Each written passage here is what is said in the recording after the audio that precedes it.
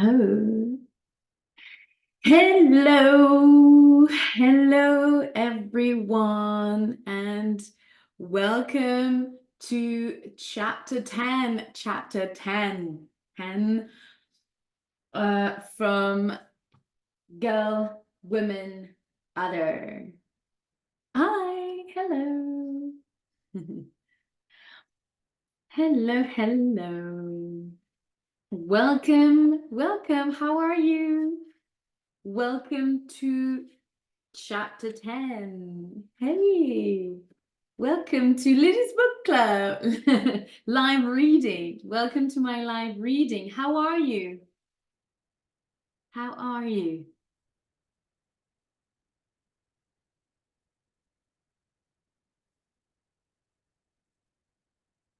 Guten Morgen, Freiheit. How are you?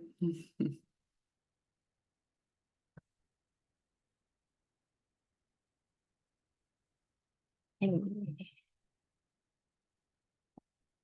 Do you speak English? I'm good. Great.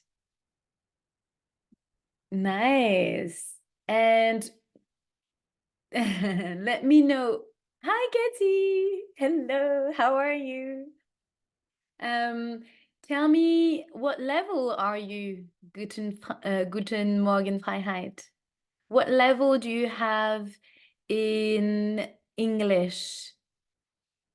Are you someone that speaks fluently English, or um, do you here to improve your English? Hello, Katie.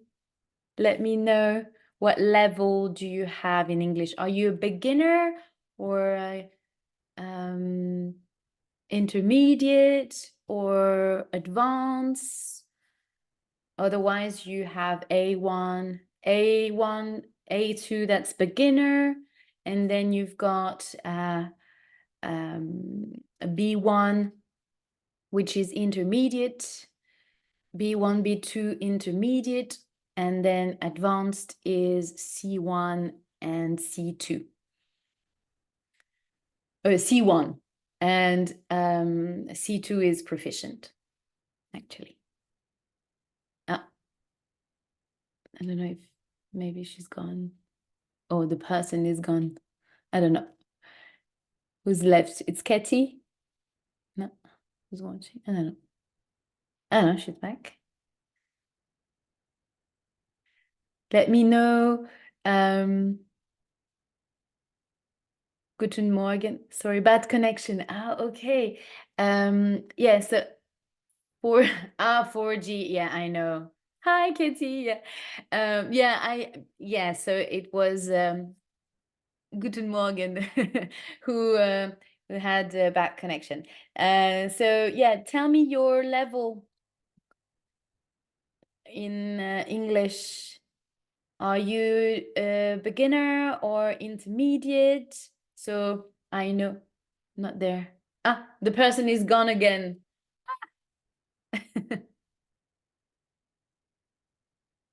Okay.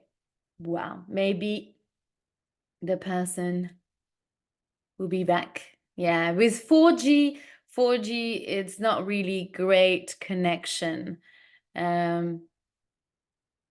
Okay, maybe the person will be back at some point. Anyway, how are you, Kitty? Did you have a good day? Hello, Lazaria de Torme. Sorry for my pronunciation. How are you? Welcome to the live reading. Welcome. How are you? Let me know how you doing. How was your day? How was your day, Kitty? I hope you had a beautiful day. Doing well, great. Okay, happy for the weekend. Glad it's Friday, Friday, and happy about the weekend. I'm very happy. Yes, same here. Nice. It was super cold today, but sunny. Very nice weather. So that was nice, but quite cold. Okay. Yeah. All right. So we're going to start doing a quick recap. I don't think that people are coming back. I don't know. It feels like they're gone. I don't know. They come and then go. I'm looking forward to the, yes. Do you have any plans? What are you going to do, Katie? What are you going to do this weekend? Let me know. What plans do you have for the weekend?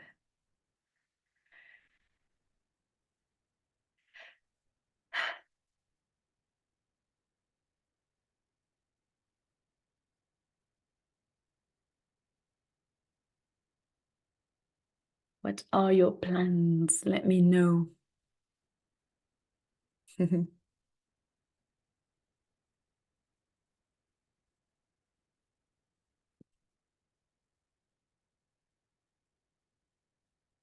Oh, we'll see. We're going to, in the meantime, I'm going to start this live, start doing the, I would like to, a cat cafe. Wow. Whoa, that's impressive. That's so fun. Yeah, in Anova. Yeah. Oh, okay. I remember once I went to I went to visit my friend in Seoul, in South Korea, and the capital, Seoul. And she took me, it's very popular, those cafe with animals and pets and stuff. And we went to oh, what was how do you call those little it starts with the M. There were little they weren't cats. There were there were different animals, I remember. Um and but what were meerkats? Meerkat, yeah. It was a meerkat cafe. I don't know. Do you see what a meerkat is? It's hard to describe those little things. They look like kind of mice. I don't know how to describe. Oh, like squirrel? No, a bit um how do they I can't my phone is here, so it's not like I can show you a picture of it. But meerkats are like you know, little um um it's not an hamster. There were hamsters actually as well, but they have a long body, and then they can stand up like that, and they have little calls like that. um and they're so funny, and they climb here all over, and they're small, they're tiny little things, a bit like hamsters. They're not really same, but they have a very long body, and they can stand on their 2 feet. um it's so cute. So we went to that cafe, so that reminds me. But cat cafes are, yeah, you must not be allergic to cat's hair, definitely, otherwise it's not, it's hell instead. Meerkat, yes, meerkat, yeah. And it was so funny, so funny. It was and actually I think those type of cafes come from Asia, actually. I think in China or any other, there, yes, there are. And yeah, these trendy cafes, the it's really something that comes from Asian culture, really, because It's something that we never had before, so it's so funny that we have that now, that it became so popular nowadays in Europe. So yeah. Oh, that's a good plan. That's a good plan. Nice. Okay, so let's kick off. Let's recap our our 3 parts, and now we are starting part 4 of the book, and this is the last part in which we are learning about new characters, because in part 5 it's called the after party and then epilogue. So I guess we are not really going to discover any really new character. So let's see.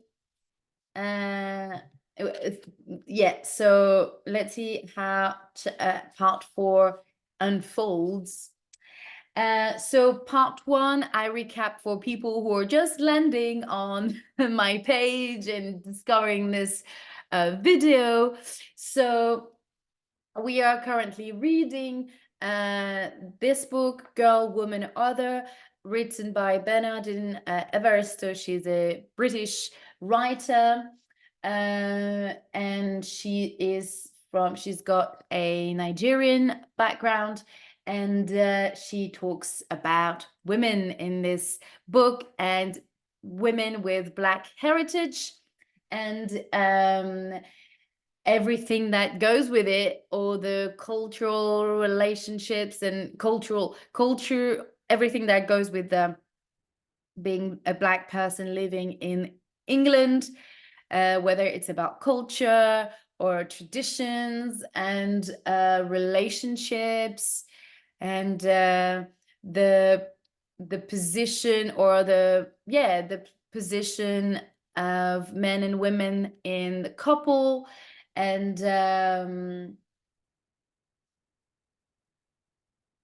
relationship between, like, friendship as well. Friendship, how the evolution of friendships through the years, and work friendships, as well, as we discover with Shirley and Penelope. So yeah, it touches on so many topics, and at different level, social class, and different level of the social ladder, different people coming from different social class and background. There are so many stories, and so far, so we have read the first 3 parts now. In part 1, we learn about those 3 women, Amma, Yaz, and Dominic. Yaz is Amma's daughter, and Dominic is Amma's good friend. And in part 2, we learn about Carol, Bummy, and Letitia. Bummy is Carol's mother, and Letitia was Carol's friend from school. But then they start being friends. And in part 3, we learn about Shirley, Winsome, and Penelope. Winsome is Shirley's mother, and Penelope is Shirley's colleague, work friend. Yeah. She's her colleague, but also, and then later on she becomes her friend. So yesterday we read Penelope's story, which is let me refresh my mind. So we learned, yeah, so Penelope is someone that is a very lonely person. In the end, she discovers that she has been adopted by her parents. So her parents were both, well, are, yeah. So her parents are both white and English, and they moved to South Africa, and they stay there for a couple years, and they try to have a baby, but they can't. But they don't they can't have a child together. And one day they find this baby at the door of the church they used to go to, and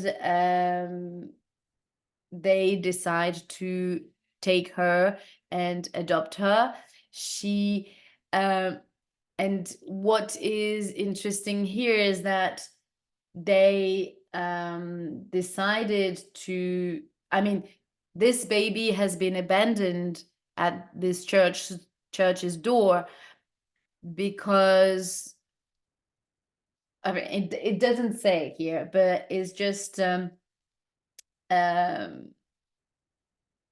hypothesis here that this baby has been abandoned probably because she was the result of a forbidden relationship, probably because this baby is pale, so she's not really, doesn't have a brown skin, but her hair are curly and blondes, and the color of her hair is strawberry blonde, which must be beautiful, but very curly. So it seems like the child is mixed race, but she tends to be more white than brown, and she can get a tan very quickly, very easily. She can get tanned very easily, as it is said in the book. So yeah, and I was able to get a nice tan during the summer without trying very hard. So she discovered, or her parents revealed to her at the age of 16 that she has been adopted, that they're not her biological parents. And unfortunately, they don't really show her that they, despite this, despite this fact, they still love her very much. And after that, so she kind of hi she kind of struggled to find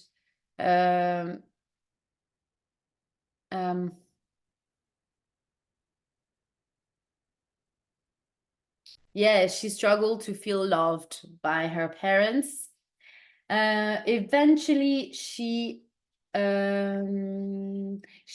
gets married to Gilles, who seemed to be nice at first, but then starts to be very starts becoming very violent when she decides to go back to work when she wants to go back to work.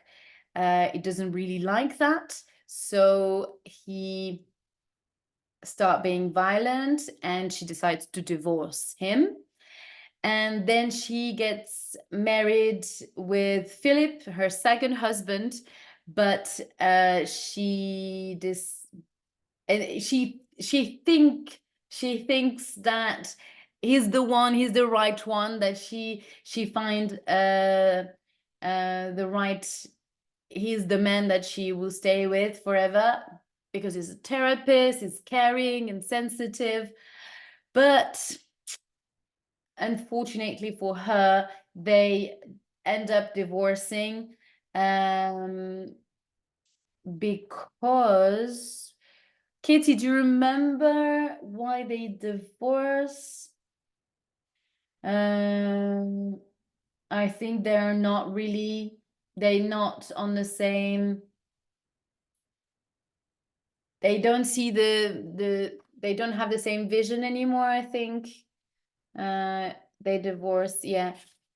I can't remember Penelope liked the stew.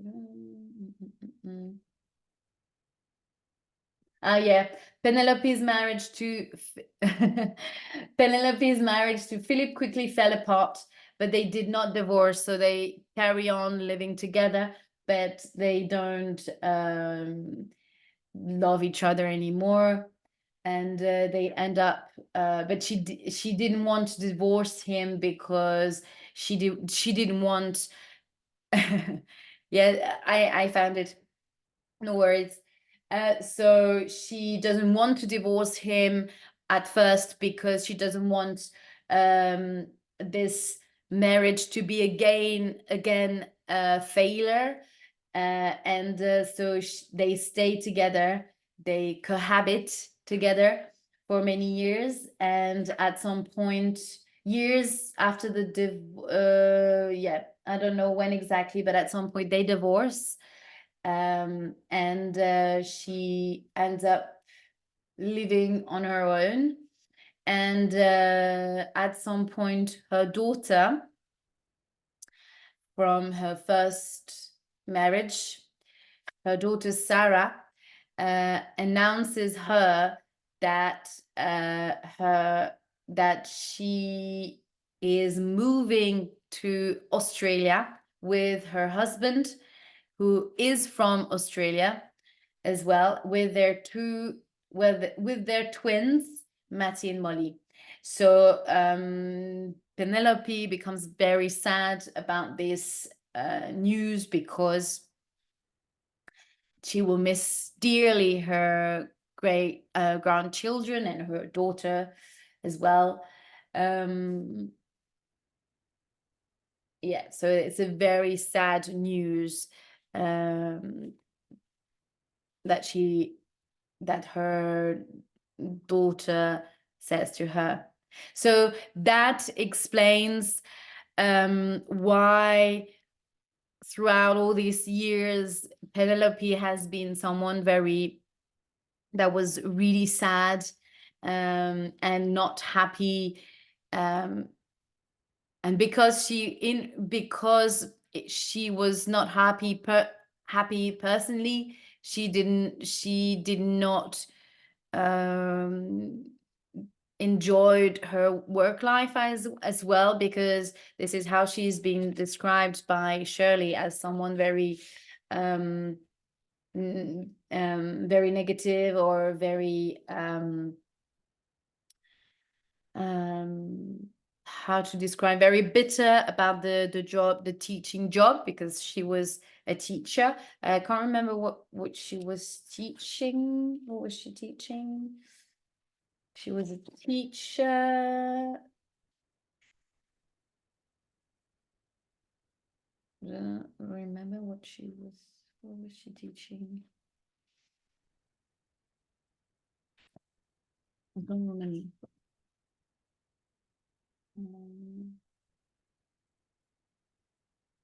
I can't remember what engineer. I don't know. She was can't remember what she was teaching. Okay, not here.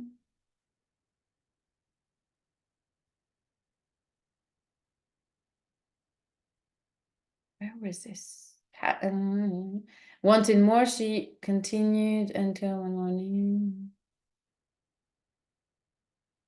Got a job at Pecan School for Boys and Girls. Yeah, it doesn't say. Maybe. Yeah, anyway, it doesn't say. Never mind. Okay. So we are going, so we this is how part 3 ends. And we are now starting part 4. Megan and Morgan. And actually yesterday, Kitty helped me remember who these two people were. I mean, we checked, we looked back, okay, that in chapter 4, in chapter 1, and we learn about Morgan. Megan, we don't know, we don't know who she is, but Morgan is a non-binary activist who did a lecture. Yeah, she gave a lecture at Yaz's university. So she is an activist. So let's see. Okay. Megan preferred to wear trousers as a child. She found them. I just had an idea. She found them to be more comfortable than dresses, and she liked looking like her brother. Mark, who was 3 years older, Mark, who was 3 years older, sorry. Megan was born in the 1919s. So wearing trousers should not have caused any problems. But her mother wanted her to look sweet. Apparently, she could only do that by wearing dresses. One Sunday, Megan threw herself on the door and cried when her mother forced her to wear a horrible pink dress. Horrible pink dress, yeah. There is something wrong with Megan, she heard her mother telling Auntie Sue after lunch. She doesn't behave like a normal girl, does she? I worry about her. Megan's dad did not help. He came from Malawi and believed everything could be repaired, including his daughter. When her mother was upset that she would not wear a dress, her father would tell her to go upstairs and play with her dolls. Megan did not like playing with her dolls. Her parents wanted her to spend hours dressing them in clothes and playing silly games with them. Megan liked to cut off their hair and arms and take out their eyes with scissors, though that got her sent to bed without anything to eat. The only person who did not care that Megan did not like to wear dresses or play with dolls was Gigi, her great-grandmother on her mom's side of the family. Gigi allowed her to run around her farm with Mark when they spent 5 weeks with her every summer.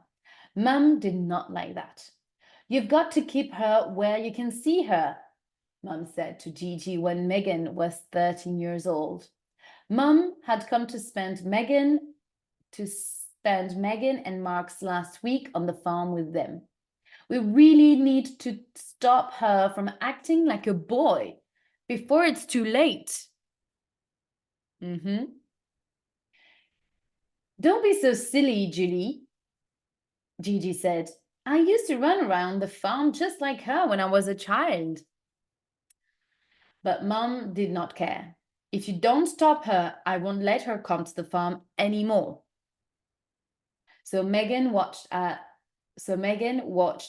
Mark had fun riding around the farm on a horse while she spent the rest of the week learning how to bake with Gigi. Don't worry, Megan, said Gigi. Do this for now, and next summer you can play on the farm again. Mum was a little bit Ethiopian because Gigi's mum was half Ethiopian and a bit African American, which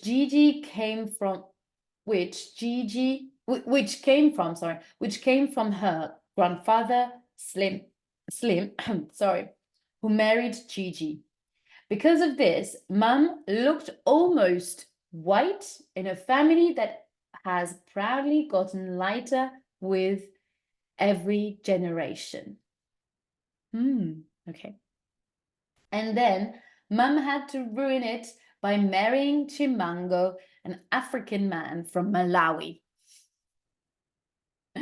To ruin everything. It's an interesting take here, to ruin everything, as if the goal of this family, of this Black family, the goal was to become whiter and whiter.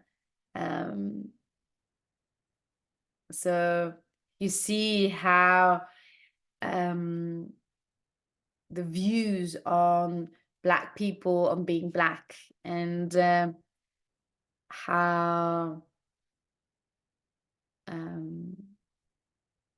detrimental it can be, and how and see how the negative view on coming from a Black family, or coming from this long line of family of people who are white, or are getting whiter because of marriages, and then someone else, and then someone is marrying someone who's Black, and then it's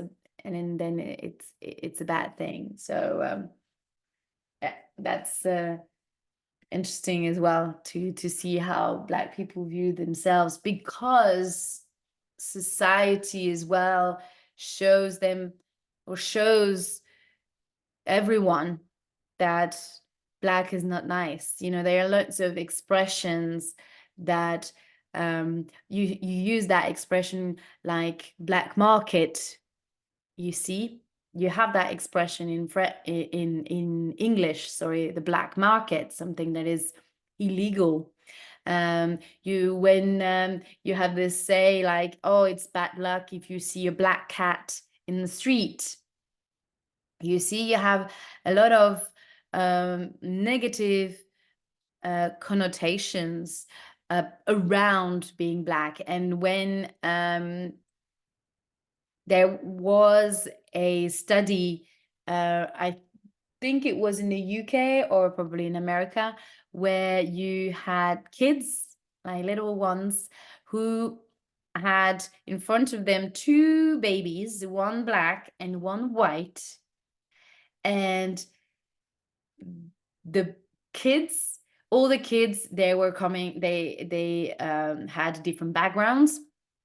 You had whites and Black kids and brown and everything, and the majority of them picked the white baby. So that says a lot about how we portray, in advertising, and the power of representation as well shows that being white is the goal, the aim. This is, how for centuries, not maybe centuries, but for decades, Black people would because it was imposed on them as well. Like having curly hair was not a nice thing. There is a whole sociology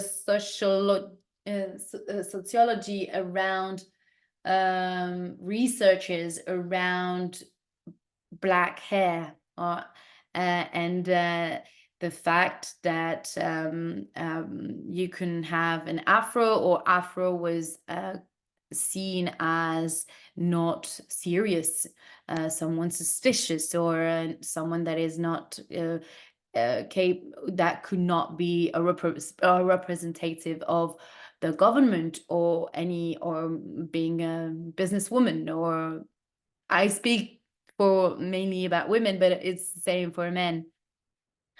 And yes, you've got um, uh, everything around that, around the description around the physical aspect of being black, that was seen as something very negative in society, and very discriminatory. So yeah, that's that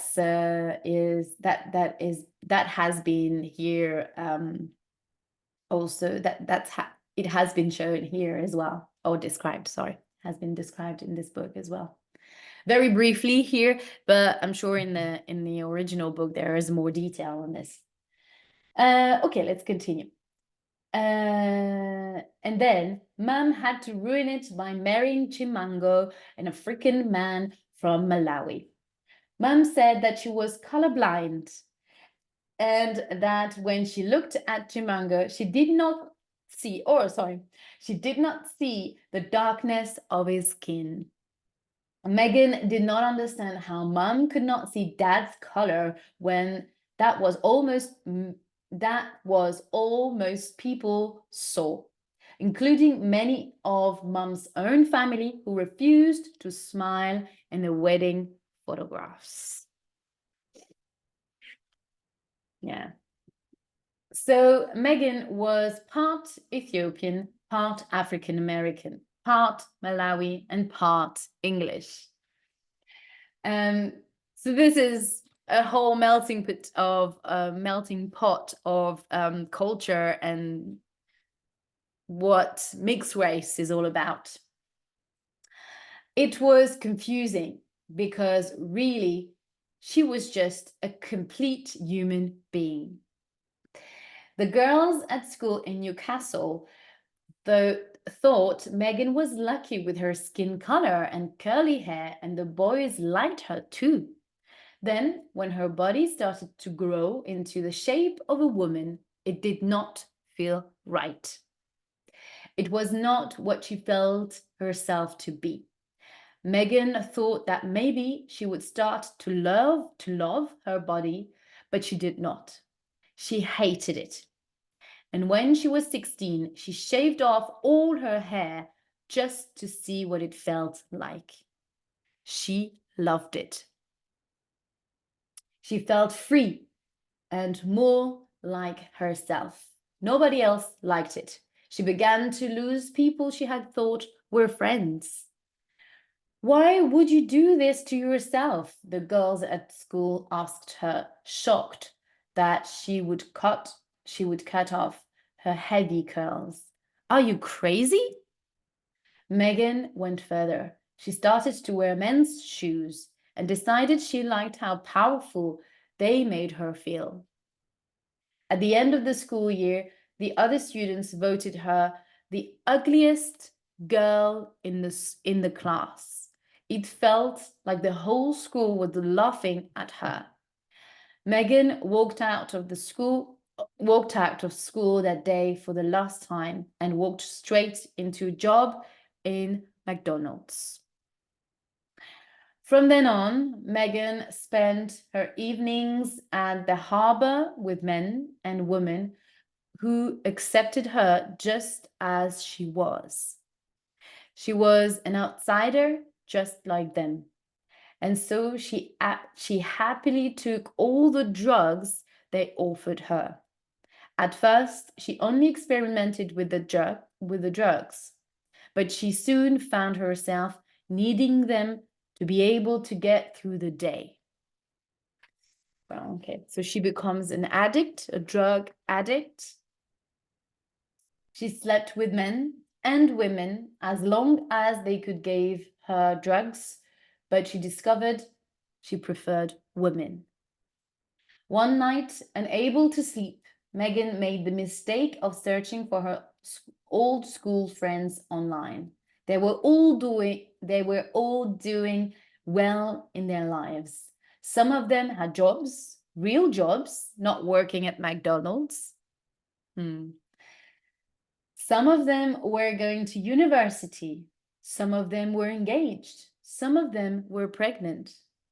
They were happy, happy, happy, happy. After seeing that, Megan knew it was time to make some changes. She decided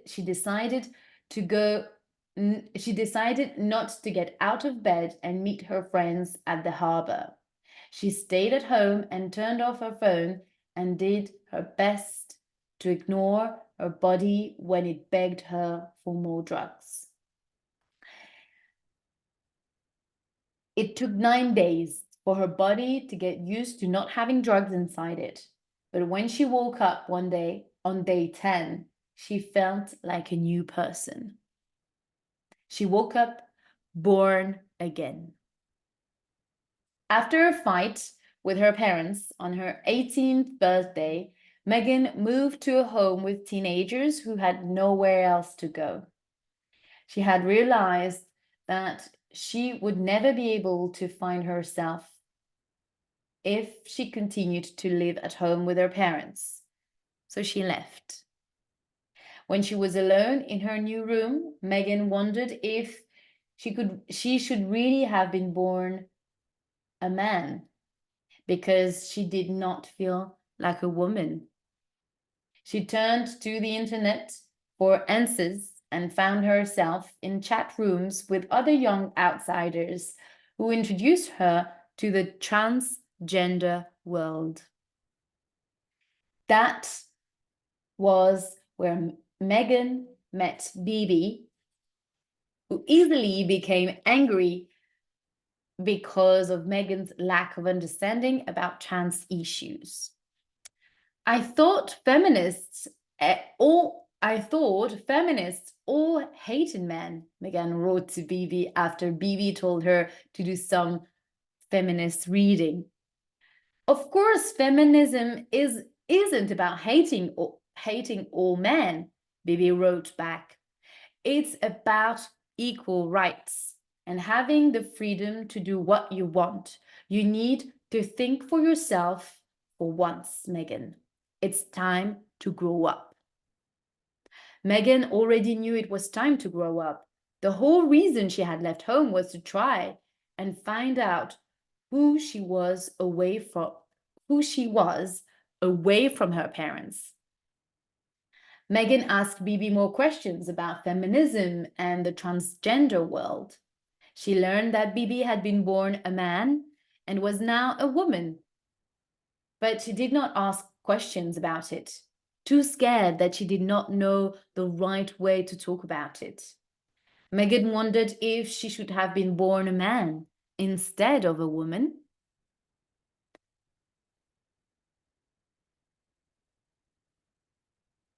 Or other. There are so many options to choose from. Megan did not know how to answer. So she did not until they finally met for coffee at a cafe one afternoon. I like the idea of being gender-free and non-binary, Megan told her. Being born female isn't the problem. I don't think I want to be a man either. And I don't think I want to be a man either. Hi, Melissa. I don't think I want to be a man either. Where was I? I just want to be free. I would like this to be gone. Megan said as she pointed to her breasts. It would make my life so much better if I didn't have them. They left the cafe and went to Bibi's rented cottage after Bibi told Megan she was welcome to stay. They shared their first kiss on the big double bed and spent the rest of their time together, discussing gender as Bibi helped Megan understand her own. So you won't use she or he pronouns, will you? Asked Bibi. She told Megan there were a lot of gender-free pronouns she could use, like a and e, or here's and ears, but these did not feel right to Megan. In the end, she decided to use they and theirs. That feels right to me, said Megan. Morgan, no longer Megan, has identified as gender-free for 6 years now. They are leaning on a wall outside the National Theatre.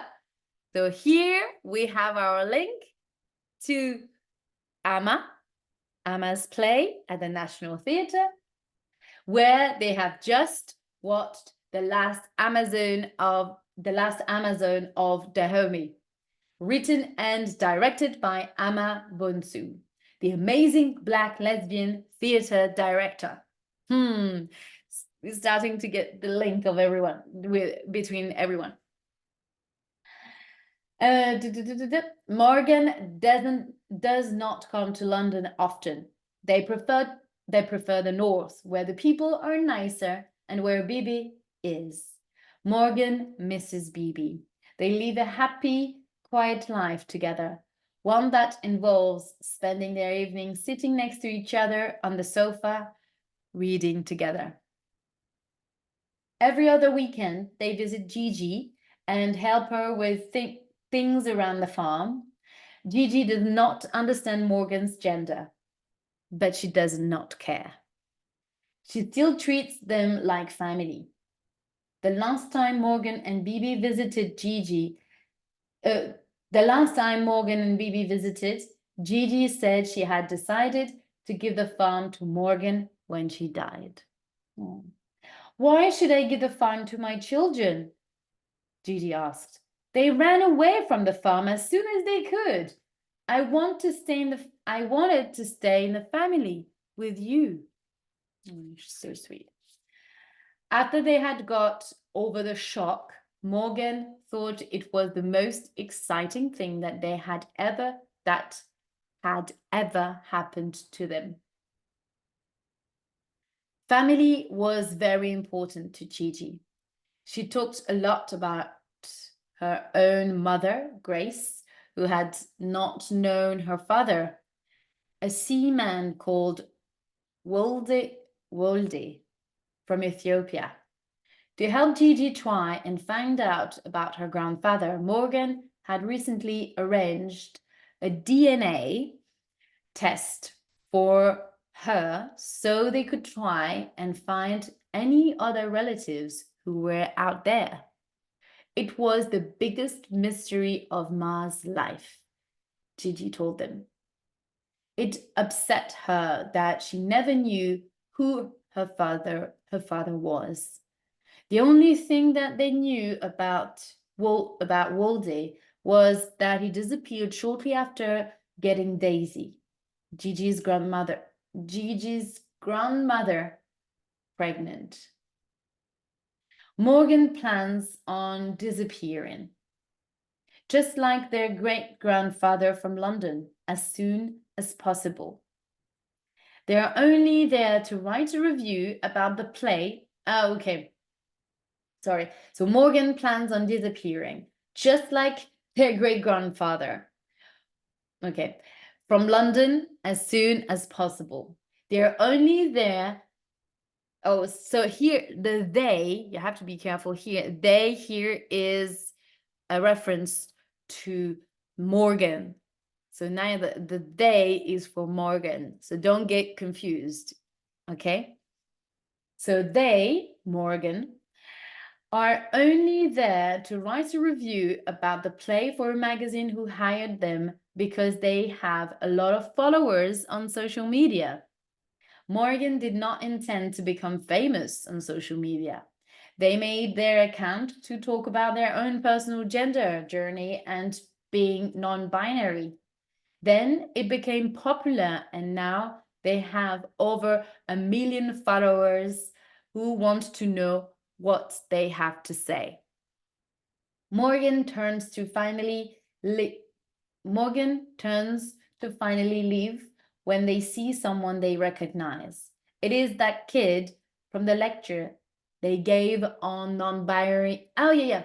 Morgan turns to finally leave when they see someone they recognize.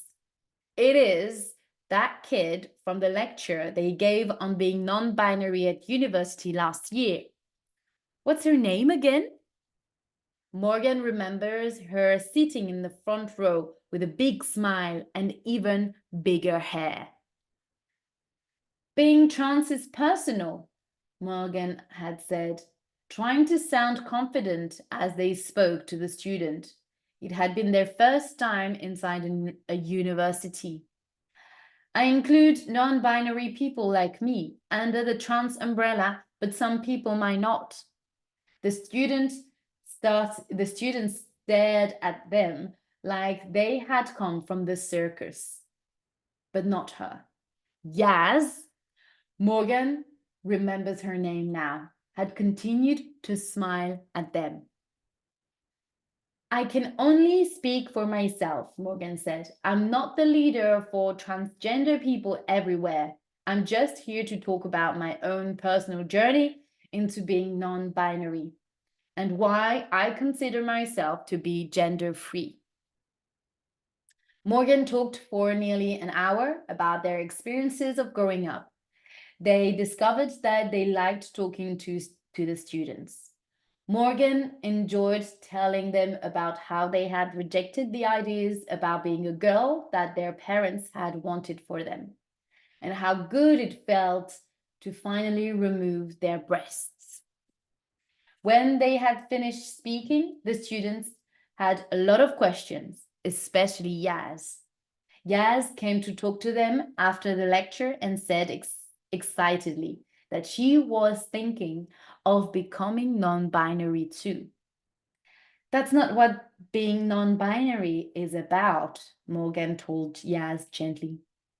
Yaz made it sound like being non-binary was like choosing which haircut to get. It's about becoming your true self, despite what society says you should be. You can't decide to be non-binary one day because you like how it sounds. It's about what's inside you and becoming your true self. Yaz was not upset with Morgan for telling her this. She just smiled and invited Morgan to have some coffee with her and her friends in the local cafe.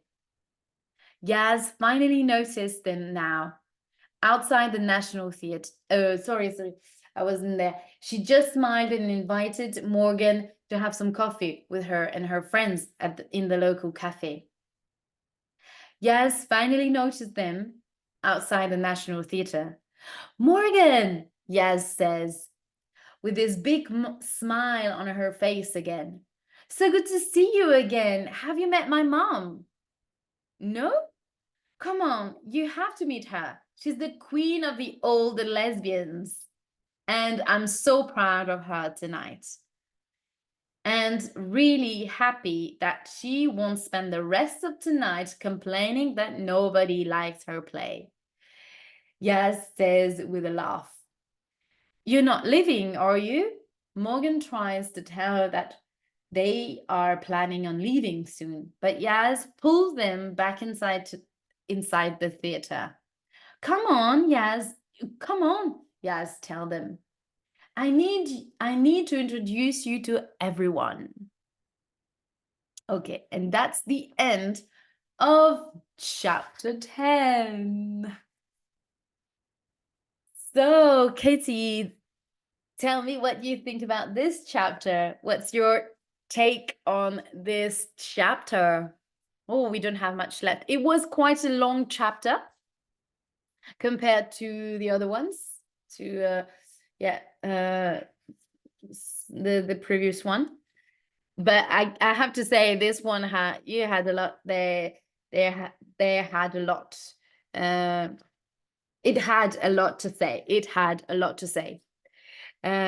So now we understand Megan Morgan, and I think this is the revelation that I had in my head when I first read when I read the first lines of the chapter. Tell me, Kitty, if you anticipated the end, the revealing of the fact that Megan was Morgan and Morgan was Megan. Let me know if you did. You guess that it was the same person before it was revealed? Page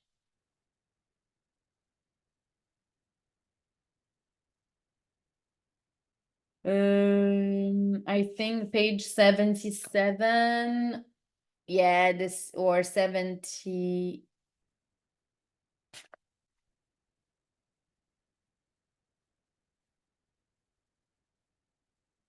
Yeah.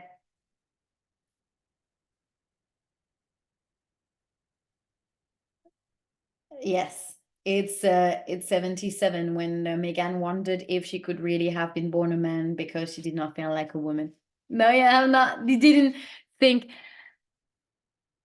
Yes, the other. Yes. Yeah. Everything is revealed now. Oh, makes sense. Yes. So that's interesting to see that you didn't see it coming. Ha. I had that when I don't know, I had a flash when I read the first line. Yes, when it was about wearing a trousers, when she wanted, when at the beginning when she was young and she wanted she wanted to dress like a boy. I was like, oh, that's probably it. That's why I had a moment. A big aha moment. Ha ha ha ha ha moment. Anyway. Yeah. I had this moment at the beginning.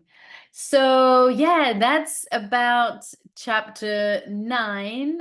Oh, chapter 10, sorry. And chapter 11 is about Hattie. And Hattie is I can guess from the beginning of the chapter. Her name is Hattie, but everyone calls her Gigi. So Hattie is Megan Morgan, great grandmother or grandmother. It's her great grand. Yeah. No, her grand. Wait. It's her grandmother.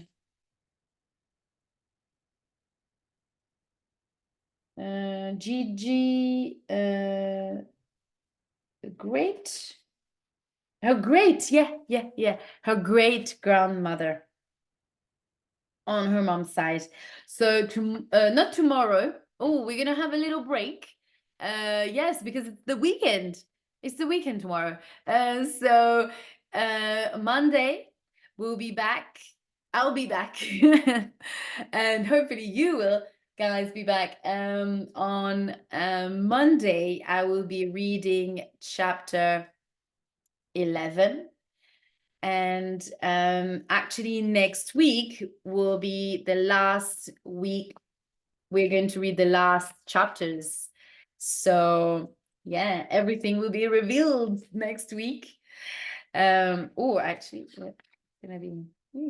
So Monday 2 p.m. as usual. Next week, Monday to Thursday, it's going to be 2 p.m. as usual. And yes, I look forward to read Hattie's story next week. And in the meantime, I see you. So Katie, I'll see you on Sunday live on Zoom to discuss all about the book, about the chapters that we have read so far. So we will meet for our weekly meeting, virtual meeting on Zoom. Yay, me too, me too. So 9 a.m. On Sunday. And I can't wait to listen to your thoughts on the characters and the stories. I can't wait. Have a lovely evening and have a beautiful weekend, and see you on Sunday. Bye bye. Thank you. Thank you. Thank you so much for being there. Thank you.